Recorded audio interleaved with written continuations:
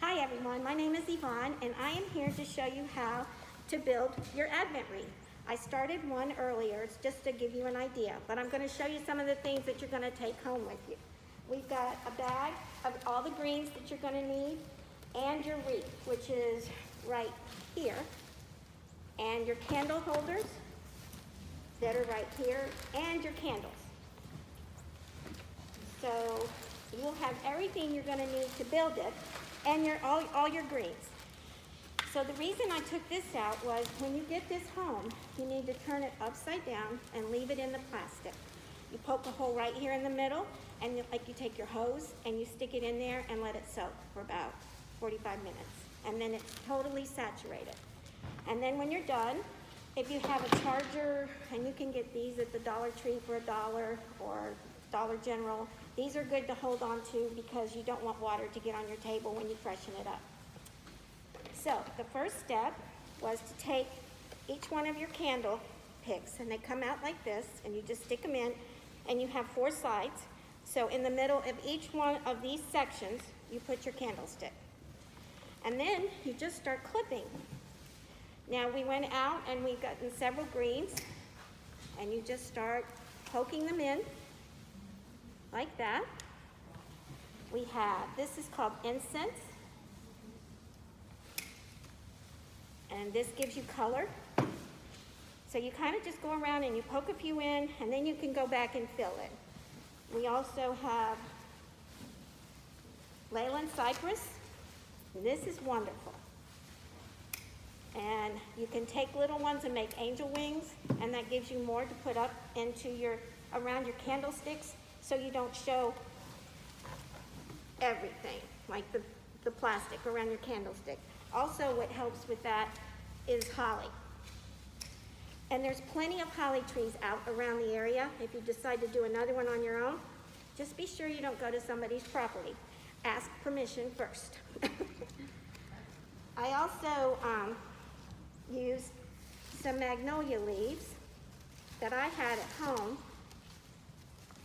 They won't be in your package, but they do make a nice filler around the bottom, and it kind of fills it up all the way around. These are the smaller magnolia leaves. They're like the ones we have around the church. Okay, so we also had the cedar, we had the holly, we had the Leyland cypress, and we also had some pine here somewhere. Well, it was right here. Oh, right in front of me. Thank you, Kim. All right, this looks kind of crummy, but you can always clip this down and use every little piece you find.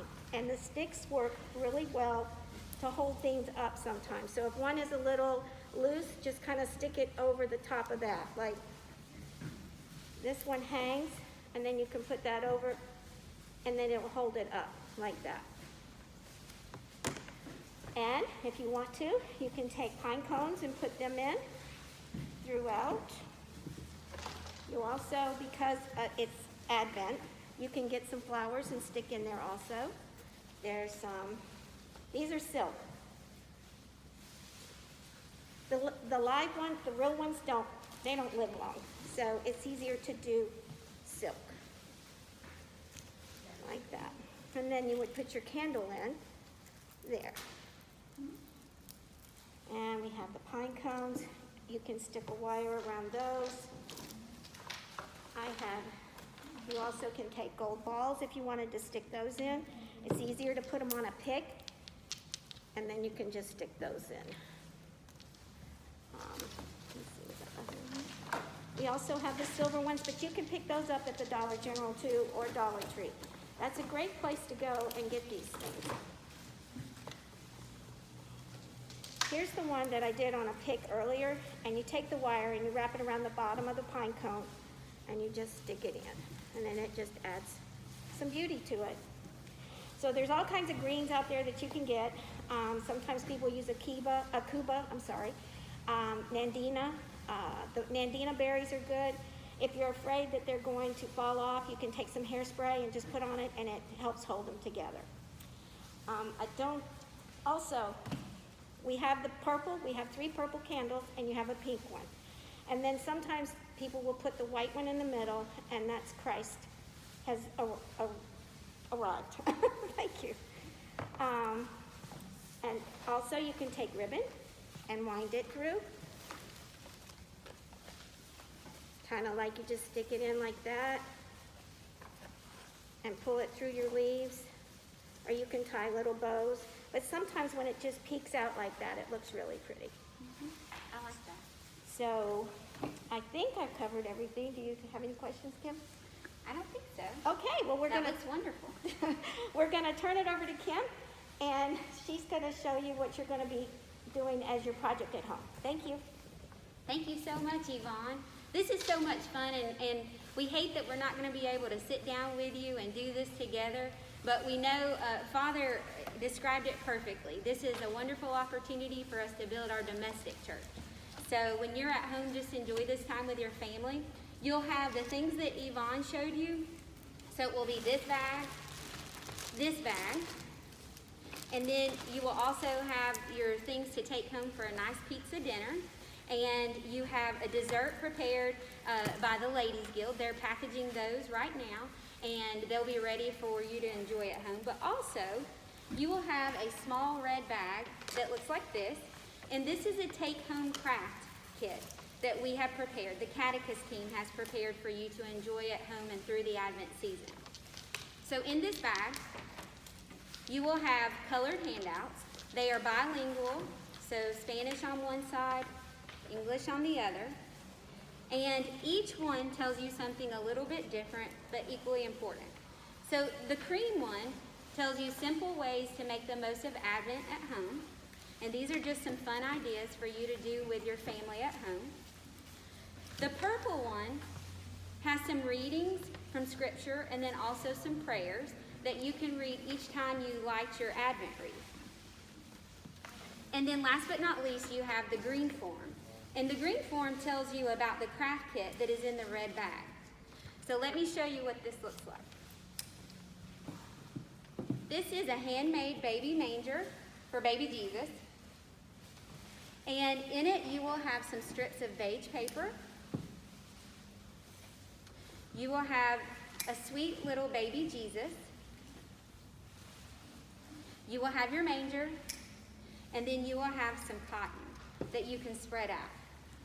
So we fill it with this spread out cotton, and then each day during Advent, we take the paper, which represents the straw, and we write things that we've done as a family to bring us closer to Christ through the Advent season.